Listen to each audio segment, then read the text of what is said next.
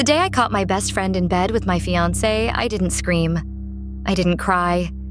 I smiled, closed the door quietly, and started planning the most beautiful wedding they would never forget. Her name was Olivia.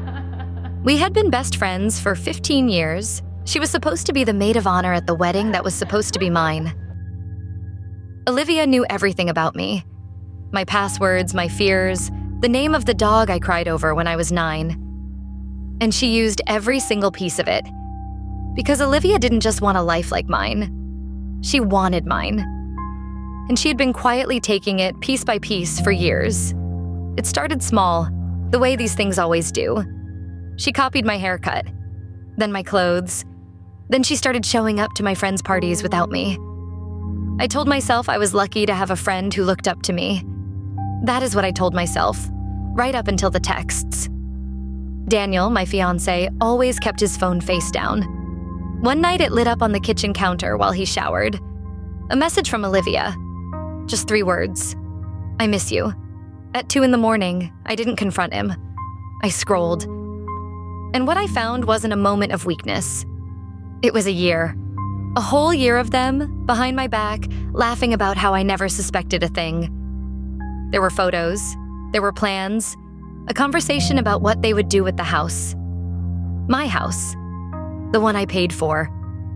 And that is where Daniel made his mistake. Because in all of their careful planning, they forgot one very important detail about the perfect life they were stealing. I was the one who built it. Daniel's business, the one that paid for the rings and the trips and the lifestyle Olivia wanted so badly, was failing when I met him. I am the one who saved it. I rewrote his business plan. I introduced him to every client he ever had. And 2 years ago, when he was drowning, I loaned him the money to stay afloat. On paper, with my name on it. He never paid it back. He never thought he would have to. So I made a decision. I would not rage. I would not beg. I would give them exactly what they wanted and let it quietly destroy them. The next morning, I made Daniel his coffee and kissed him goodbye. And I started building my case the same way I built his business. Quietly. Carefully. Completely. I copied every message, every transfer, every document. I called the lawyer who drew up that loan, and then I waited. 3 weeks later, Daniel sat me down with tears in his eyes and told me he had fallen in love with someone else. He could not tell me who. I already knew. I cried on cue. I told him I only wanted him to be happy. And then I said the words that sealed it. Whoever she is, I hope you give her the wedding you always promised me. He was so relieved he actually hugged me. When Olivia called a month later, sobbing about how sorry she was, how it just happened, I forgave her too. I even offered to help plan the wedding. She cried and said I was the best friend she had ever had. I agreed. For 3 months, I was the perfect ex. I helped Olivia choose the venue, the flowers, the dress that looked, I will admit, a little like the one I had once picked out for myself. And while I smiled through every fitting, my lawyer was quietly preparing to call in a $200,000 loan the day after their wedding. Because a married couple shares their debt. And Olivia had no idea that the man she was about to marry was built entirely on money he owed to me. The wedding was perfect. I sat in the second row and dabbed my eyes like everyone else. I watched my ex-fiancé marry my best friend on a day I had helped plan, in a life I had paid for. And I clapped. They left for their honeymoon glowing. I went home, poured a glass of wine, and called my lawyer. The letter arrived while they were still unpacking their tans.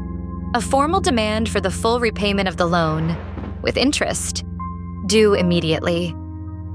Daniel called me screaming. How could I do this? We were family. I reminded him very calmly that family was a line he chose to cross first. He couldn't pay. The business I built collapsed within 2 months without the client relationships I quietly took with me when I left.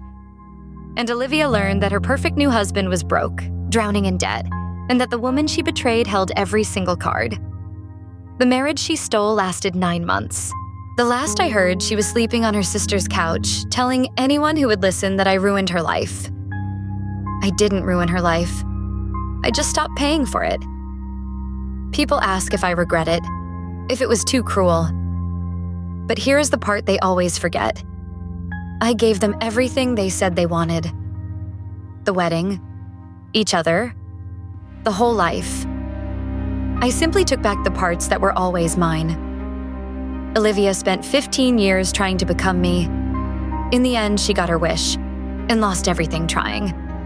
The difference is I walked away whole. And I did it in a dress I chose entirely myself. And if this story moved you, please like and subscribe for more videos like this one.